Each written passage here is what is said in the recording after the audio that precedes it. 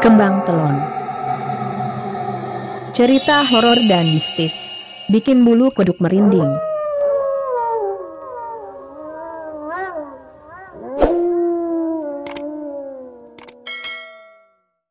Assalamualaikum warahmatullahi wabarakatuh. Selamat datang berjumpa kembali dengan cerita horor dan mistis. Siapa lagi kalau bukan Kembang Telon?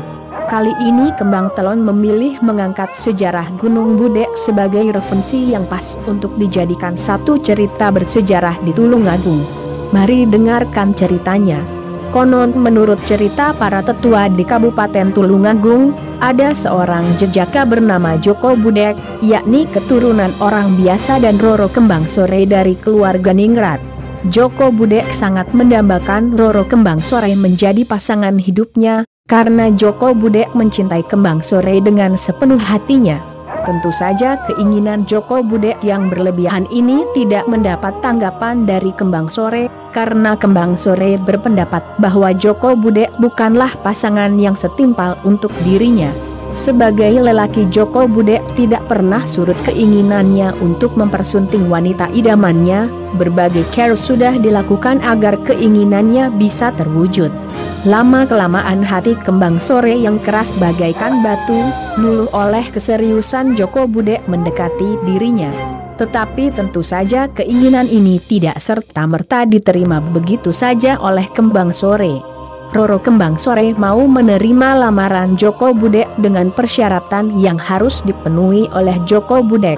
Kembang Sore mau dipersunting oleh Joko Budek asalkan Joko Budek mau bertapa 40 hari 40 malam di sebuah bukit, beralaskan batu dan memakai tutup kepala cikrak, sambil menghadap ke laut kidul. Cikrak adalah alat untuk membuang sampah di Tulungagung. Joko Budek menerima persyaratan ini dan melaksanakan apa yang diminta oleh Roro Kembang Sore. Setelah waktu berlalu sesuai yang dijanjikan, Roro Kembang Sore berharap Joko Budek datang untuk memenuhi janjinya. Setelah ditunggu 1 hari 1 malam, ternyata Joko Budek tidak muncul juga. Kembang Sore mulai cemas, karena sebenarnya di hati Kembang Sore juga tumbuh rasa cinta kepada Joko Budek. Seketika itu juga Kembang Sore mendatangi bukit yang digunakan untuk bertapa Joko Budek. Sesampai di sana masih nampak Joko Budek dengan khususnya bertapa. Kasihan melihat keadaan itu, Kembang Sore membangunkan Joko Budek dari bertapanya. Setelah cukup lama usaha Kembang Sore untuk membangunkan Joko Budek tidak membawa hasil. Akhirnya Kembang Sore jengkel dan keluar kata-kata yang cukup keras pakai logat Tulungagungan, ditangek nekok mung jegi dek wai, koyo watu. Artinya dibangunkan kok tidak bangun-bangun, kayak batu. Seketika itu terjadi keajaiban alam, Joko Budek berubah wujudnya menjadi batu. Saat ini bukit tempat Joko Budek bertapa dikenal dengan nama Gunung Bude dan patung Joko Budek bertapa masih utuh sampai sekarang.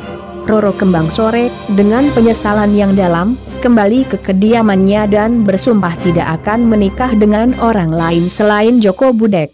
Roro Kembang Sore akhirnya bertapa di satu tempat sampai meninggal dan dikuburkan di tempat itu. Saat ini tempat pemakaman Kembang Sore dikenal sebagai pemakaman Gunung Bolo yang sangat terkenal di Kecamatan Kauman, Kabupaten Tulungagung.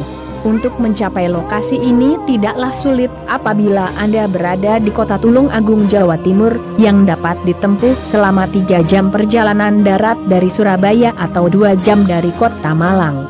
Batu besar tersebut bisa disaksikan di kawasan Wajak Kidul dengan bukit tandusnya yang menyimpan jutaan kilo marmer berkualitas terbaik di Indonesia. Hal gaib yang belum pernah dikupas adalah ketika melihat sosok batu sebagai sosok Joko Budek adalah pohon yang sampai selama ini dekat batu tersebut tidak pernah tumbuh lebih tinggi dari batu. Ada apa sebenarnya? Ada rahasia gaib apa di balik sosok batu yang dikenal sebagai penampakan Joko Budek? Rahasia yang luar biasa. Semoga kawasan prasejarah ini masih bisa disaksikan oleh anak cucu kita nanti. Demikian sejarah singkat Gunung Bude. Semoga cerita yang diangkat Kembang Telon ini dapat bermanfaat dan menambah wawasan kita semua.